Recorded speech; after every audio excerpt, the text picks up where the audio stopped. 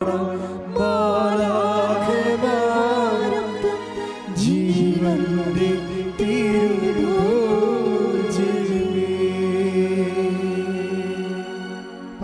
പരമദിവ്യകാരുണ്യത്തിന് ആരാധനയും സ്തുതിയും പുകഴ്ചയും ഉണ്ടായിരിക്കട്ടെ. പരിശുദ്ധ പരമദിവ്യകാരുണ്യത്തിന് എന്നേരവും ആരാധനയും സ്തുതിയും പുകഴ്ചയും ഉണ്ടായിരിക്കട്ടെ. ഇരിക്കുക.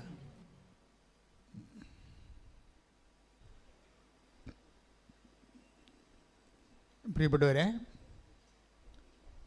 ഓരോ മനുഷ്യരുടെ ജീവിതത്തിലും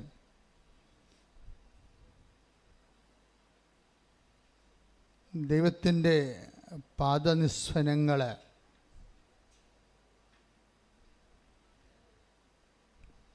നിശബ്ദതയുടെ ഒരു സ്വരമായിട്ട്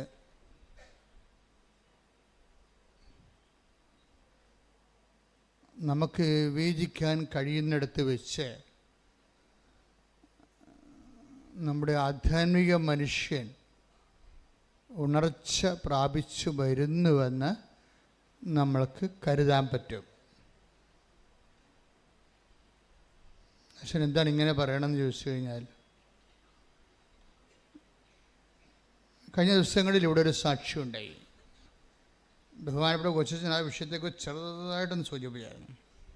ആ സാക്ഷ്യം ആൽബിൻ കൂനമ്പാവ്, നമ്മുടെ ചാവറയച്ചൻ്റെ ശുശ്രൂഷ കേന്ദ്രത്തിലെ കൂനമ്മാവയുടെ വക ഇവിടെ നിന്നുള്ള കുറേ സാക്ഷ്യങ്ങൾ വന്നിട്ടുണ്ട്. ഉടമ്പടി സാക്ഷ്യങ്ങളിൽ കുറേ സാക്ഷ്യങ്ങൾ, നല്ല കരുത്തിട്ട സാക്ഷ്യങ്ങൾ കൂനമ്മാവിൽ നിന്ന് വന്നിട്ടുണ്ട്. ഞാൻ ഇടയ്ക്ക് ശ്രദ്ധിക്കാറുണ്ട്. അപ്പം അതിലൊരു സാക്ഷ്യം ആൽബിൻ പറഞ്ഞതാണ്. ആൽബിൻ്റെ സാക്ഷ്യത്തിൻ്റെ ഘട്ടങ്ങളെ ഇങ്ങനെ നമ്മൾ പതുക്കെ പതുക്കെ പരിശോധിക്കുകയാണെങ്കിൽ അത് ഇന്നലെ ഡെലിവർ ചെയ്ത സാക്ഷ്യമാണ്. ഇപ്പം ഞാനിവിടെ നിൽപ്പുണ്ടായിരുന്നു. സാക്ഷ്യത്തിൻ്റെ ഓരോ ഘട്ടങ്ങൾ, അദ്ദേഹത്തിൻ്റെ വിഷയം, അദ്ദേഹം ടോട്ടലായിട്ട് അത് മനുഷ്യൻ്റെ ജഡിക മനുഷ്യനാണ്. ജഡിക മനുഷ്യൻ, ആത്മീയ മനുഷ്യൻ എന്നൊക്കെ പറയത്തില്ലേ. അപ്പം ജഡിക മനുഷ്യൻ്റെ ലോകത്താനല്ല,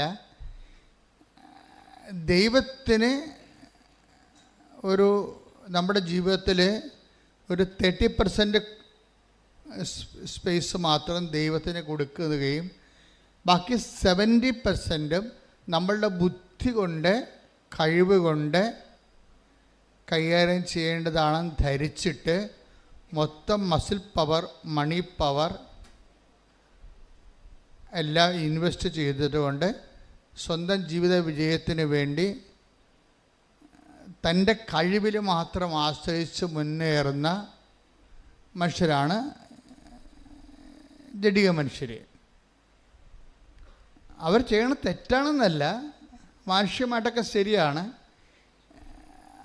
ദൈവികമായിട്ട് തെറ്റായിട്ട് വരും. എന്ന് വെച്ച് കഴിഞ്ഞാൽ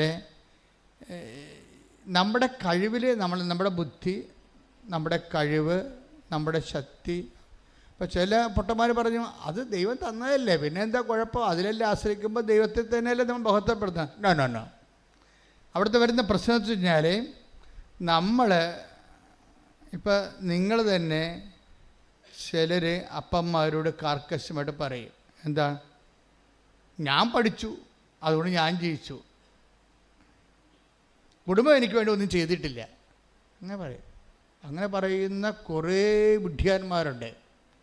ഞാൻ പഠിച്ചു, എൻ്റെ ബുദ്ധി കൊണ്ട് ഞാൻ പഠിച്ചു, ഞാൻ കഷ്ടപ്പെട്ടു, ഞാൻ പഠിച്ചു, ഞാൻ ജയിച്ചു, കുടുംബം എനിക്ക് വേണ്ടി ഒന്നും ചെയ്തിട്ടില്ല.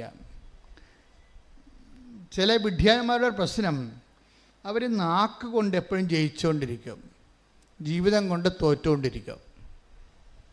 കാര്യം ഇതെല്ലാം കേൾക്കുന്ന ഒരാളുണ്ടല്ലോ. നീ വന്ന വഴികളിലൂടെ എല്ലാം നിനക്ക് കാവൽ നിന്നുകൊണ്ട് നിൻ്റെ പഠനങ്ങൾക്കും ഭക്ഷണത്തിനും വിശ്രമത്തിനും എല്ലാം കാവൽ നിന്ന ആൾക്കാരുണ്ടല്ലോ കുടുംബത്തിൽ. അവരുടെ അധ്വാനത്തെ മറന്നാണ് നിൻ്റെ ബൗദ്ധിക പങ്കത്വം കെട്ടി എഴുന്നള്ളിക്കണത്. അങ്ങനെ നിങ്ങൾ തലമറന്ന് എണ്ണ തേക്കരുത്. അതിന് മത്സരമെന്നാണ് പറയുന്നത് ബൈബിളിൽ. അങ്ങനെയുള്ള മാതാപിതാക്കന്മാരുള്ള മത്സരം, അല്ലെങ്കിൽ അവരെ ഇടിച്ചു താത്തി പറഞ്ഞുകൊണ്ട് തൻ്റെ കേമത്വം കെട്ടി എഴുന്നള്ളിക്കുന്നതിന് ദൈവത്തെ മറന്നുള്ള ഒരു മത്സരമാണ്. ഒരിക്കലെങ്കിലും പറഞ്ഞാൽ നിങ്ങൾക്ക് അതിനെക്കുറിച്ച് അനുതാപം തോന്നണം. പക്ഷേ അനുതാപം തോന്നണമെങ്കിലുള്ളൊരു കുഴപ്പം, നമുക്ക് ഇങ്ങനെ സ്വന്തമായിട്ട് അനുതാപിക്കാനൊന്നും പറ്റത്തില്ല. അനുതാപത്തിൻ്റെ താക്കോൽ കൂട്ടങ്ങൾ കർത്താവിൻ്റെ കയ്യിലാണ്. ആത്മാവിനെ തുറക്കണത്, ദൈവം പ്രവേശിക്കണതും അനുതാപത്തിന് താക്കോൽ കൊണ്ട് തുറന്നാണ്. നമുക്ക് മാക്സിമം ചെയ്യാൻ പറ്റുന്നത് അകത്തിട്ട് ലോക്ക് ചെയ്യാനേ പറ്റത്തുള്ളൂ. ദൈവത്തോട് മനുഷ്യന് ചെയ്യാൻ പറ്റുന്ന മാക്സിമം കലാപരിപാടി എന്ന് പറയണത് അകത്തു നിന്ന് ലോക്ക് ചെയ്തിട്ട് ദൈവത്തിനെ പുറത്ത് നിർത്താനേ പറ്റത്തുള്ളൂ. പക്ഷെ തുറന്ന് കയറുക എന്നുള്ളത് നമ്മുടെ കയ്യിലില്ല സാധനം. അതുകൊണ്ടാണ് വെളിപാട് പറയണത്, വാതിൽക്കൽ നിന്നുകൊണ്ട് ഞാൻ മുട്ടുന്നു. ആരെങ്കിലും വാതിൽ തുറന്ന് തന്നാൽ 2 സെക്ഷനാണ് ഉള്ളത് അനുതാപത്തിന്. ഒന്ന് നമ്മളുടെ ഒരു തുറവിയും പിന്നെ ദൈവത്തിൻ്റെ ഒരു തുറവിയും. 2 തുറവികളുണ്ട്. ഒന്ന് നമ്മൾ അനുവദിക്കണം. ദൈവം ഇങ്ങനെ ഇടിച്ച് പൊളിച്ച് ഒന്നും അകത്ത് കയറത്തി അനുതാപമൊന്നും ഉണ്ടാക്കത്തില്ല. അതിന് വേറെ ആളെ നോക്കേണ്ടി വരും. അതുകൊണ്ട് 3:20 take the bed of God, വെളിപാട് 3:19. ഞാൻ സ്നേഹിക്കുന്നവരെ ശാസിക്കുകയും ശിക്ഷിക്കുകയും ചെയ്യുന്നു. ഒന്ന് പറഞ്ഞ, ഞാൻ സ്നേഹിക്കുന്നവരെ ശാസിക്കുകയും ശിക്ഷിക്കുകയും ചെയ്യുന്നു. അതുകൊണ്ട് തീക്ഷ്ണതയുള്ളവനാകുക, അനുതപിക്കുക. ഇതാ ഞാൻ വാതിലിൽ മുട്ടുന്നു. ആരെങ്കിലും എന്റെ സ്വരം കേട്ട് വാതിൽ തുറന്നു തന്നാൽ ഞാൻ അവന്റെ അടുത്തേക്ക് വരും. ഞങ്ങൾ ഒരുമിച്ച് ഭക്ഷിക്കുകയും ചെയ്യും. ഇതിന് വരുന്ന വിഷയം ഒന്നുകൂടി ആ വചനം ഒന്നിട്ട് വായിച്ച 19. ഞാൻ സ്നേഹിക്കുന്നവരെ, ഒന്ന് പറഞ്ഞേ, ഞാൻ സ്നേഹിക്കുന്നവരെ ശാസിക്കുകയും ശിക്ഷിക്കുകയും ചെയ്യുന്നു. ദൈവത്തിന്റെ ഭാഗത്തുനിന്ന് 2 കാര്യങ്ങൾ വരാം. എന്താണ്? ശാസന വരാം, വഴക്ക് വരാം, പിന്നെന്താണ്? ശിക്ഷ വരാം. എന്ന് വെച്ചാൽ ഇങ്ങനെ ശാസനയും ശിക്ഷയും ഒക്കെ വരുമ്പോൾ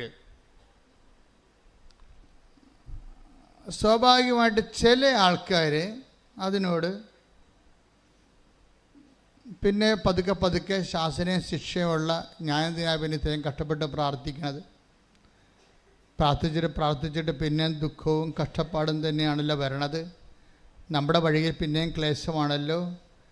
അപ്പോൾ പ്രാർത്ഥന കൂടുമ്പോഴാണ് ക്ലേശങ്ങൾ വരണമെന്ന് ചില വിഡ്ഢിയാന്മാരായ ബ്രദേഴ്സ് വീടുകളിൽ കയറി ഇറങ്ങി അബലകളായ സ്ത്രീകളെ ഉപദേശിക്കുകയും വഴിതെറ്റിക്കുകയും ചെയ്യും. ഇതൊക്കെ അന്നും ആദിമസഭയിലുണ്ടായിരുന്നു, ഇന്നുമുണ്ട്. എന്താ പ്രശ്നം വെച്ച് കഴിഞ്ഞാൽ, ഈ ശാസനകളെ ഈ ദൈവസ്നേഹമുള്ളവരെ, ഇപ്പം എന്താ പറയണത്, ഇപ്പം നിനക്ക് അങ്ങനെ ഒരു സംഭവമുണ്ട്, ശാസന കിട്ടിയ ആളാണ്, നീ പഠിച്ചിട്ടും തോറ്റുപോയി, 1 മാർക്കിന് നീ വീണുപോയി, 1 മാർക്ക് കൂടി കിട്ടിയിരുന്നെങ്കിൽ എനിക്ക് ആ ജോലി കിട്ടിയേനോ. അപ്പോൾ ഇനി ഞാനെന്തിനാ പഠിക്കണത്, ഞാൻ എന്തിനാ പ്രാർത്ഥിക്കണത്, എനിക്ക് അത്തരം ദൈവത്തെ എന്തിനാ? നമ്മളിങ്ങനെ ചുരുണ്ടുകൂടി ഇനാമ്പിച്ചിയെ പോലെ തലകുമ്പിട്ട് അങ്ങനെ ഇരിക്കും. അത് ശാസനയുടെ കാലങ്ങളിൽ ചില ആൾക്കാർ കാണിക്കുന്ന ബോഡി ലാംഗ്വേജാണ്. പള്ളിയില്ല, പട്ടക്കാരനില്ല, എവിടെയെങ്കിലും ഒരു തട്ട് കിട്ടിയാൽ മതി. ഒന്നെങ്കിലും ചിലപ്പോൾ നിങ്ങളുടെ ബ്രദർ മരിച്ചു കാണും, നിങ്ങൾ ഏറ്റവും കൂടുതൽ സ്നേഹിക്കുന്ന ഒരു വ്യക്തി ചിലപ്പോൾ ലോകത്തിൽ മരിച്ചു പോയി കാണും. അപ്പം നിങ്ങൾക്ക് ഒരിക്കലും, നിങ്ങൾ അന്ന് പോലും ധാർമ്മിക രോഷം കൊണ്ട് നടക്കുകയാണ്. എന്ത് സ്നേഹമുള്ള മനുഷ്യനായിരുന്നു, എന്തൊരു വൃത്തിയുള്ള മനുഷ്യൻ, ഇവനേക്കാൾ എത്രയോ ദുഷ്ടന്മാർ ഇപ്പോഴും ഞങ്ങളുടെ നാട്ടിൽ ജീവിച്ചിരിപ്പുണ്ട്, അവന്മാർക്കൊരു കുഴപ്പമില്ല, നല്ലവരെയും കൊണ്ട് ദൈവം പോയി, ഇതെന്തൊരു ദൈവമാണ്. ഇങ്ങനെയൊക്കെ കുറേ ഡയലോഗൊക്കെ ഫിറ്റ് ചെയ്ത് ആ ഒരു കാര്യവും പറഞ്ഞ് ദൈവത്തിൽ നിന്ന് പതുക്കെ മാറുന്ന ആൾക്കാരുണ്ട്. എപ്പോഴും വരണ ഒരു വിഷയം വെച്ച് കഴിഞ്ഞാൽ, ദൈവത്തിൽ നിന്ന് മാറാൻ നമുക്ക് ഒരു 10,000 കാര്യങ്ങൾ വേണേൽ പറയാൻ പറ്റും. ദൈവത്തോട് അടുക്കാൻ ഒറ്റ കാര്യമേ പറയാൻ പറ്റത്തുള്ളൂ. എന്താ കാര്യം? ദൈവത്തിന് അടുക്കാൻ ഒരു കാര്യമേ പറയാൻ പറ്റത്തുള്ളൂ. അതായത് എൻ്റെ വിശ്വാസമുള്ളവനെ സംബന്ധിച്ചിടത്തോളം ഈ വിശ്വാസത്തിന് ഉള്ളൊരു പ്രത്യേകത, വിശ്വാസം എന്ന് പറഞ്ഞിട്ട് കാറ്റഗറ്റിക്കൽ ഫെയ്ത്ത് അല്ല.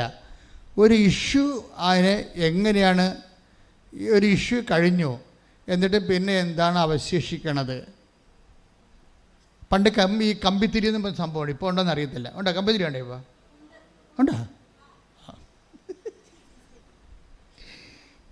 കമ്പിത്തിരിക്കുള്ള കുഴപ്പമെന്ന് വെച്ചാൽ കത്തി ഭയങ്കരമായിട്ട് നക്ഷത്രങ്ങളൊക്കെ ചീറ്റി ഭംഗിയായിട്ട് പോയാലും ആ കമ്പി അവശേഷിക്കും, ഇല്ലേ? ഇപ്പം ഞങ്ങളുടെ കുഞ്ഞുനാളിലൊക്കെ കമ്പി പെറുക്കി കൊണ്ടുപോയി പാലുമിഠായി മേടിക്കുമായിരുന്നു. അന്നത്തെ ഒരു കുഞ്ഞുങ്ങളുടെ പരിപാടിയായിരുന്നു. ഈ പെരുന്നാൾ കഴിയുമ്പോൾ പള്ളിമുറ്റത്ത് പോയി കമ്പിത്തിരി പെറുക്കിയെടുക്കുക, എന്നിട്ട് അതുകൊണ്ട് ഈ പാലുമിഠായിക്കാരൻ ഇങ്ങനെ വലിച്ചാൽ നീള മിഠായിക്ക് വരുമല്ല ചുറ്റിയിൽ ഒരു ക്ലാറിനൊക്കെ വായിച്ചുകൊണ്ട് ആൾ വരും. ഇപ്പോഴൊന്നും ഇല്ല. അപ്പോഴേ കത്തിയാലും കമ്പി അവശേഷിക്കും. അത് വേണമെങ്കിൽ പിന്നെ നമുക്ക് മരുന്ന് ചുറ്റി കമ്പിത്തിരി ഉണ്ടാക്കാൻ പറ്റും. ഇതുപോലെ കത്തൽ വന്നാലും കമ്പി അവശേഷിക്കും. അതാണ് വിശ്വാസം എന്ന് പറയണത്. ഒരു മരണം ഉണ്ടായി, അല്ലെങ്കിൽ ഒരു അടുപ്പമുള്ള ആൾക്കാർ പോയി, നമ്മൾ കുറച്ച് ദിവസം നിലവിളിച്ചൊക്കെ നടന്ന് പിന്നെ പള്ളിയും വേണ്ട, പ്രാർത്ഥനയും ഇത്രയും പ്രാർത്ഥിച്ചിട്ടും ഞാൻ കരഞ്ഞു വിളിച്ച് പ്രാർത്ഥിച്ചിട്ടും ചേട്ടന് തന്നില്ലല്ല, ആ കുഞ്ഞ് മരിച്ചു പോയല്ല എന്നൊക്കെ പോയി നിലയെ വിളിച്ചുകൊണ്ട് നമുക്ക് നഷ്ടപ്പെട്ട മരണങ്ങളിൽ പിന്നീട് വിശ്വാസം കുറഞ്ഞു പോയ ആ മരണത്തിന് ശേഷം, അല്ലെങ്കിൽ ആ ജപ്തി നടപടിക്ക് ശേഷം, അല്ലെങ്കിൽ ആ പരീക്ഷ തോൽവിക്ക് ശേഷം, അല്ലെങ്കിൽ ആ ജോലി നഷ്ടത്തിന് ശേഷം വിശ്വാസം കൂടിയാന്ന് നീ ആത്മശോധന ചെയ്യണം. കുറഞ്ഞെങ്കിൽ ഇനി കാര്യം വിശ്വാസത്തിൻ്റെ ഒരു പ്രത്യേകത എന്ന് വെച്ചാൽ നിൻ്റെ വിശ്വാസത്തിൻ്റെ തോതനുസരിച്ചിട്ട് ദൈവം ഇനിഷ്യേറ്റീവ് എടുത്താൽ മാത്രമേ ഇത് വർക്കൗട്ട് ചെയ്യത്തുള്ളൂ. ദൈവം ഇനിഷ്യേറ്റീവ് ഇപ്പോൾ ഒരിക്കൽ വിശ്വാസം ഡൗൺ ആയി കഴിഞ്ഞാൽ പിന്നെ നിൻ്റെ കാര്യത്തിൽ ദൈവം ഇനിഷ്യേറ്റീവ് എടുക്കണം. ദൈവം ഇനിഷ്യേറ്റീവ് എടുക്കണമെങ്കിൽ ദൈവം പഴയ ഫയൽ എങ്ങനെയുണ്ടെന്ന് നോക്കും, വെറുതെ ഇനിഷ്യേറ്റീവ് എടുക്കത്തില്ല. ഒരാൾ പരീക്ഷയ്ക്ക് തോറ്റു 10ാം ക്ലാസ്സിൽ മാർക്ക് കുറവാണെന്ന് വിചാരിച്ചു. ഇപ്പോൾ നമ്മൾ +1 ചേരാൻ ചെന്നപ്പോൾ മാർക്ക് കുറവാണ്, ഇവന് ഇവിടെ അഡ്മിഷൻ കൊടുക്കാൻ പറ്റത്തില്ലെന്ന് മാനേജറും പ്രിൻസിപ്പളും ഒറ്റയടിക്ക് പറഞ്ഞു.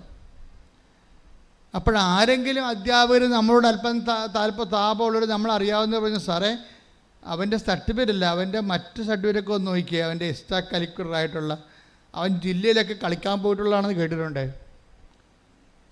സ്പോർട്സിന് പോയിട്ടുള്ളതാണെന്ന് കേട്ടിട്ടുണ്ടത്. അപ്പം ഗ്രേസ് മാർക്കാണ് നോക്കണത്. നമ്മൾ പരീക്ഷയ്ക്ക് തോറ്റിരിക്കുകയാണ്, പക്ഷെ അവൻ അക്കോമഡേറ്റ് ചെയ്യാൻ വേണ്ടി വേറെ ഓപ്ഷൻസ് നോക്കും ദൈവം. അത് ദൈവത്തിൽ നോക്കണ പരിപാടിയാണ്, മനുഷ്യന് മാത്രമല്ല. ഗ്രേസ് മാർക്ക് ഉണ്ടോ എന്ന് നോക്കും. നമ്മൾ പരീക്ഷയ്ക്ക് തോറ്റ്, നമുക്ക് പഠിക്കാതെ തോറ്റതായിരിക്കും, അല്ലെങ്കിൽ എന്തെങ്കിലും അഭ്യാസത്തിൽ തോറ്റതായിരിക്കും. പക്ഷേ നമുക്കൊരു മേൽക്കൈ വേണമെന്നുണ്ടെങ്കിൽ, നമുക്ക് നിയമപരമായിട്ട് കിട്ടാൻ സാധ്യതയില്ലെങ്കിൽ നമ്മുടെ എക്സ്ട്രാ കരിക്കുലം ഫിഗേഴ്സ് നോക്കും. എന്ന് വെച്ചാൽ ഇതിൻ്റെ ഈ വിഷയത്തിൽ അല്ലാതെ മറ്റ് ഗുണങ്ങൾ എന്തെങ്കിലും നിനക്കുണ്ടോ. എന്താ പറയണം കാര്യത്തിൽ ഈ ആൽബി എന്ന് പറഞ്ഞ ഒരുത്തൻ എന്നുള്ള സാക്ഷ്യം പറഞ്ഞില്ല, അത് അദ്ദേഹത്തിൻ്റെ സാക്ഷ്യമാണ് ഹുസൈൻ പറഞ്ഞത്. ആൽബിയുടെ പ്രശ്നം, ആൽബിക്ക് ഇപ്പോൾ ദൈവമായിട്ട് ഒരു കണക്ഷനും ഇല്ല, ഒറ്റ ജ്വരം മാത്രമേ ഉള്ളൂ. എന്താ ജ്വരം? DRDയിൽ സെൻട്രൽ ഡിഫൻസ് ഡിപ്പാർട്ട്മെൻറ്റിൽ ഒരു ജോലി വേണം, ഒരു ഉദ്യോഗസ്ഥനാകണം. അത് പുള്ളിയുടെ സ്വപ്നമാണ്. അപ്പോൾ വേറെ കുറേ ടെസ്റ്റൊക്കെ പുള്ളി എഴുതുന്നുണ്ട്. പുള്ളിക്ക് സെൻട്രൽ ഗവൺമെൻറ് ജോലിക്കൊക്കെ കിട്ടിയതാണ്, പക്ഷേ ആ ജോലിക്ക് ശമ്പളം കുറവാണ്, ആ ജോലിക്ക് പുള്ളിക്ക് ടേസ്റ്റ് ഇല്ല. എങ്കിലും ജോലിക്ക് പോകണമൊക്കെ ഉണ്ട്. അങ്ങനെ പോകുന്നുണ്ടെങ്കിലും പുള്ളിക്കാരൻ ഡിഫൻസ് ഡിപ്പാർട്ട്മെൻറ്റിൽ കയറാൻ വേണ്ടിയാണ് ഈ പഠിത്തം മുഴുവൻ പഠിച്ചു കൂട്ടണത്. ആദ്യത്തെ പഠിത്തം കഴിഞ്ഞ് പരീക്ഷ കഴിഞ്ഞ് പുള്ളി ഒരു റാങ്കിന് താഴെ പോയി. അവിടെ ഭയങ്കര സ്ക്രീനിങ്ങും അല്ലേ, ഒരു റാങ്കിന് താഴെ പോയി. പുള്ളിക്ക് ഭയങ്കര ഡെസ്പായ ആൾ. പിന്നെ അടുത്ത 3 കൊല്ലത്തിന് ഒരിക്കലും ടെസ്റ്റുള്ളത്. 2016 പുള്ളിക്ക് ടെസ്റ്റ് തുടങ്ങിയതാണ്. പുള്ളിക്കാരൻ ഈ ഡിപ്പാർട്ട്മെൻറ്റിൽ കയറാൻ വേണ്ടി 2016 തുടങ്ങിയതാണ്. 16 കഴിഞ്ഞിട്ട് 19, ആ 16 ടെസ്റ്റ് ഒരു റാങ്കിന് പോയി. പിന്നെ 16 തൊട്ട് 19 വരെ അടുത്ത കോൾ ഫോർ എക്സാം കാത്തിരുന്നുകൊണ്ട് പുള്ളി ട്രൈ ചെയ്തുകൊണ്ടിരിക്കുക. 3 കൊല്ലം പള്ളി പോക്കില്ല, കുടുംബ പ്രാർത്ഥനയില്ല, പഠിത്തത്തോട് പഠിത്തം. അതെല്ലാം പുള്ളി പറയുന്നുണ്ട്, സുന്ദരമായ സാക്ഷ്യമാണ്. അമ്മ പറയടാ ഇന്ന് ഞായറാഴ്ചയാണ്. അപ്പോൾ പറയും എനിക്ക് പഠിക്കാനുണ്ടെന്ന് പറയും. എടാ ഇന്ന് ഞായറാഴ്ചയാണെന്ന് അമ്മയും 3 കൊല്ലം 2016 തൊട്ട് 19 വരെ അമ്മ പറഞ്ഞിട്ടുണ്ട്. അമ്മമാർ പറയുന്നുണ്ടെങ്കിൽ അവർ കേൾക്കുന്നില്ല എന്ന് ചോദിച്ചിട്ട് പറയാണ്ടിരിക്കരുത്. നിങ്ങളുടെ ജോലി പറയുകയെന്ന് മാത്രമാണ്. മനസ്സിലായില്ലേ? അത് നിങ്ങളുടെ കടമയാണത്. പറഞ്ഞില്ല എന്നുണ്ടെങ്കിൽ നിങ്ങൾ അവൻ്റെ വിശ്വാസ തകർച്ചയിൽ നിങ്ങൾക്കും വിശ്വാസ തകർച്ച സംഭവിച്ചു എന്നാവും. അപ്പോൾ അമ്മയും മകനെയും വിശ്വാസ തകർച്ചയാവും. പിന്നെ ദൈവത്തിന് ഇനീഷ്യേറ്റീവ് എടുക്കേണ്ട കാര്യമില്ല. തള്ളയും തീരുമാനമായില്ല, തള്ളയുടെ കാര്യത്തിൽ തീരുമാനമായി. അപ്പോൾ തള്ളമാരൊരിക്കലും വീഴരുത്. മക്കൾ വീണാലും അമ്മമാർ വീഴരുത്. മനസ്സിലായ? അമ്മമാർ അല്ലെങ്കിൽ ചേച്ചിമാർ അല്ലെങ്കിൽ അനിയത്തിമാർ പെങ്ങന്മാർ ആരാണ് പ്രാർത്ഥിക്കണത്, ഒരാളെ സപ്പോർട്ട് ചെയ്ത് സ്പോൺസർ ചെയ്ത് കുടുംബത്തെ പ്രാർത്ഥിക്കണത്, അല്ലെങ്കിൽ പ്രാർത്ഥനയുടെ ആളായിട്ട് കുടുംബത്തിൽ നിൽക്കണത്, അവർ വീഴരുത്. അതിന് പൗലോസ് അപ്പോസ്തലൻ പറയുന്നത് നിൽക്കുന്നു എന്ന് കരുതുന്നു. Take the bed of God. ശ്രുതിക്കട്ടെ. ഹല്ലേലൂയ, ഹല്ലേലൂയ, ഹല്ലേലൂയ, ഹല്ലേലൂയ. യേശുവേ നന്ദി. ഹല്ലേലൂയ, ഹല്ലേലൂയ, ഹല്ലേലൂയ.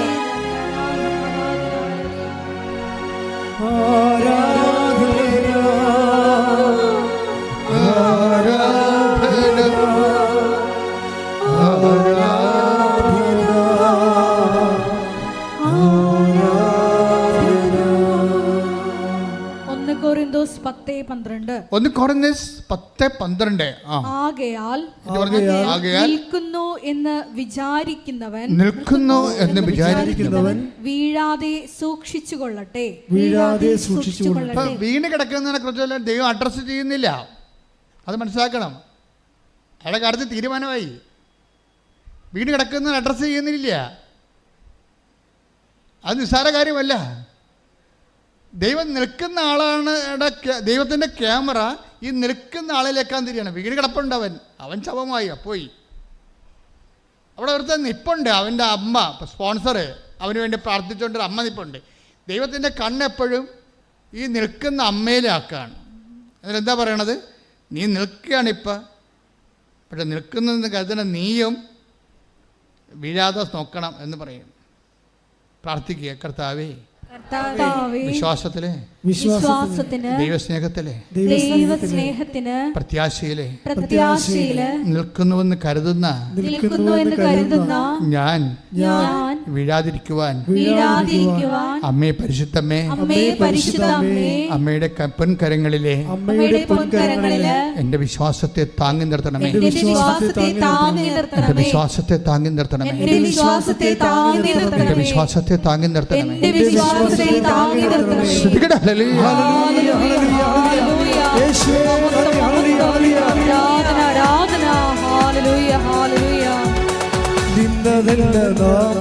ദൈവം നമ്മെ നിർത്തിയതാ, നേടിയതെല്ലാം ദൈവമെല്ലാം തന്നതല്ലേ. നിന്നതെല്ലാ ദൈവം നമ്മെ നിർത്തിയതാ, നേടിയതെല്ലാം ദൈവമെല്ലാം തന്നതല്ലേ.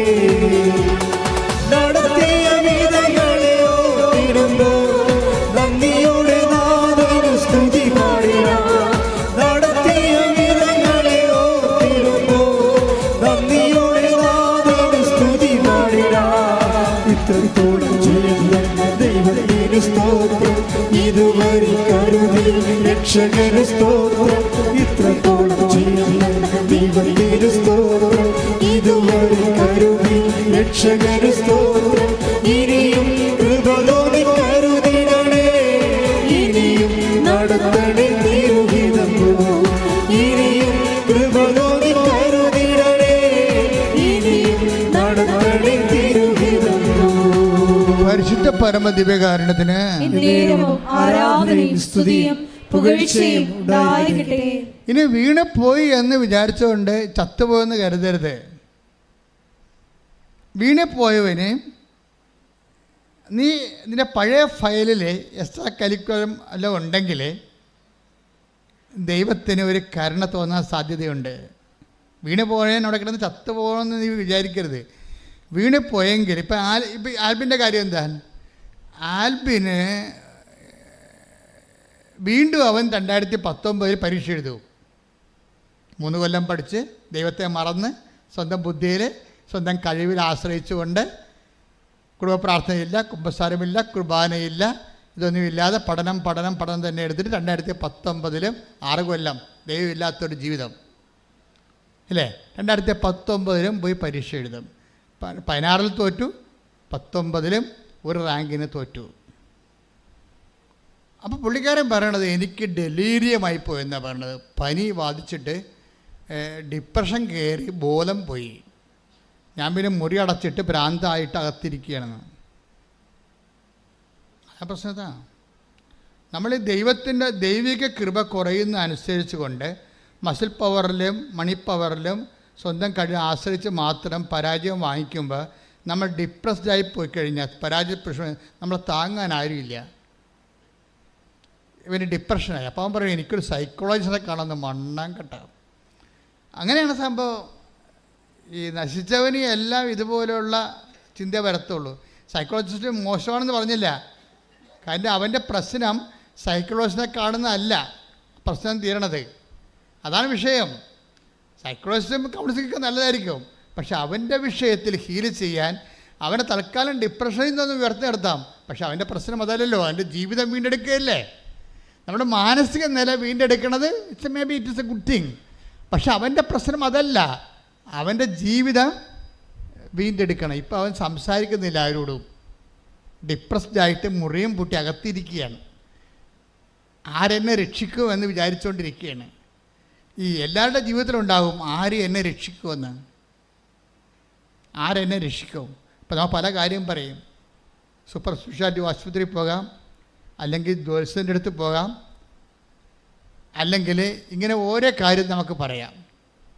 കാര്യം മനുഷ്യൻ്റെ ജീവിതത്തിൽ ഇന്നല്ലെങ്കിൽ നാളെ അവൻ ചോദിക്കണ ഒരു ചോദ്യമാണ് ആരെന്നെ രക്ഷിക്കും. Take the word of God.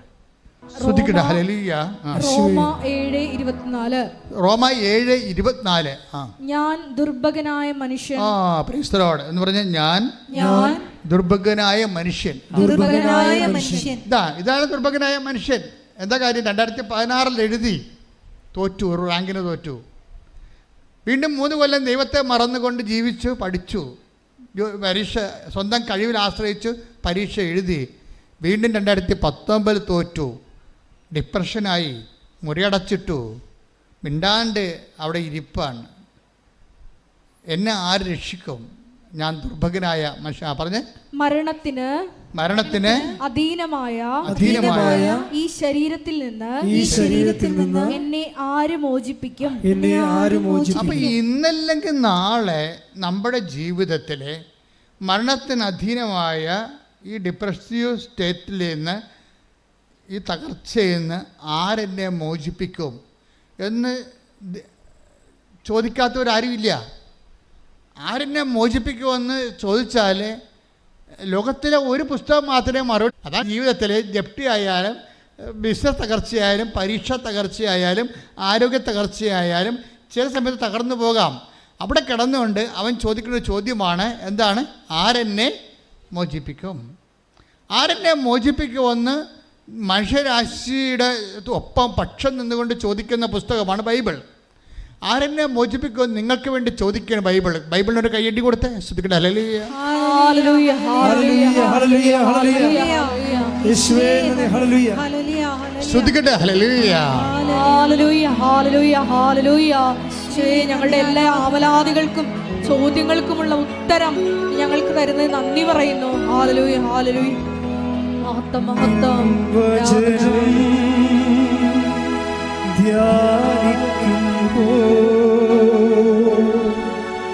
N ഹൃദയം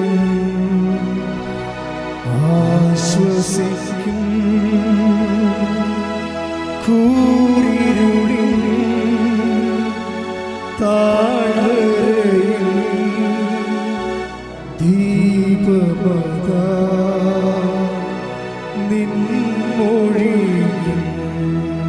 Praise the Lord. Hallelujah. ഹല്ലേലൂയ. ഇപ്പോൾ ഞാൻ ദുർഭകനായ മനുഷ്യൻ എന്താണ്, ആരെന്നെ മോചിപ്പിക്കും? അടുത്ത ഒരു വായിച്ചേ. നമ്മുടെ കർത്താവായ യേശുക്രിസ്തു വഴി ദൈവത്തിന് സ്തോത്രം. Praise the Lord. ആരാണ് മോചിപ്പിക്കണത്? നമ്മുടെ കർത്താവായ യേശു ക്രിസ്തു. അപ്പോൾ നമ്മുടെ കർത്താവായ യേശു ക്രിസ്തുവിൻ്റെ മോചനത്തിൻ്റെ സ്വർഗീയ പദ്ധതിയായിട്ടാണ് ഈ ഉടമ്പടി വരണത്. ഇവൻ പറയണത് എന്താ, ഞാൻ സൈക്കോളജിസ്റ്റിനെ പോയി കാണണം, എനിക്ക് ഏതാണ് നല്ല സൈക്കോളജിസ്റ്റ് ടൗണിലുള്ളത്, ആരാണ് അദ്ദേഹത്തെ എനിക്ക് പരിചയപ്പെടുത്തി തരണത് എന്നൊക്കെ ചിന്തിക്കുന്ന സമയത്ത് ഇവൻ്റെ അടുത്ത് ദൈവം വരും. എന്താണ്? മൊബൈലിലൂടെ തന്നെ വരും. ഇതാണ് വഴി, നീ ഇടത്തോട്ടോ വലത്തോട്ടോ തിരിഞ്ഞു നോക്കുമ്പോഴേ take the word of God. ശ്രുതിക്കട്ടെ. ഹല്ലേലൂയ. ഹല്ലേലൂയ ഹല്ലേലൂയ ഹല്ലേലൂയ ഹല്ലേലൂയ. യേശുവേ നന്ദി. ഹല്ലേലൂയ ഹല്ലേലൂയ. യേശുവേ സ്തുതി. 30:21. ഐശയ 30:21. നീ വലത്തോട്ടോ ഇടത്തോട്ടോ തിരിയുമ്പോൾ നിന്റെ കാതുകൾ പിന്നിൽ നിന്ന് ഒരു സ്വരം ശ്രവിക്കും. ഇതാണ് വഴി, ഇതിലേ പോവുക. അപ്പൊ നിന്റെ പിന്നാലെ വരുന്നൊരു ദൈവമുണ്ട്. നീ അനുഗമിക്കണ ദൈവവും നിന്നെ അനുഗമിക്കണ ദൈവവും. സ്പിരിച്വാലിറ്റിയിൽ 2 സെക്ഷനുണ്ട്. ഒന്ന് നിന്നെ അനുഗമിക്കണ ദൈവം, നീ തകർച്ചയിൽ വീണ് പോകുമ്പോൾ കോരിയെടുക്കാൻ വേണ്ടി പിന്നാലെ വരുന്ന നിന്നെ കോരിയെടുക്കണ ദൈവം, നിന്നെ അനുഗമിക്കണ ദൈവം. രണ്ടാമത്തെ എന്താണ്? നീ രക്ഷപ്പെട്ട് കഴിയുമ്പോൾ നീ അനുഗമിക്കണ ദൈവം.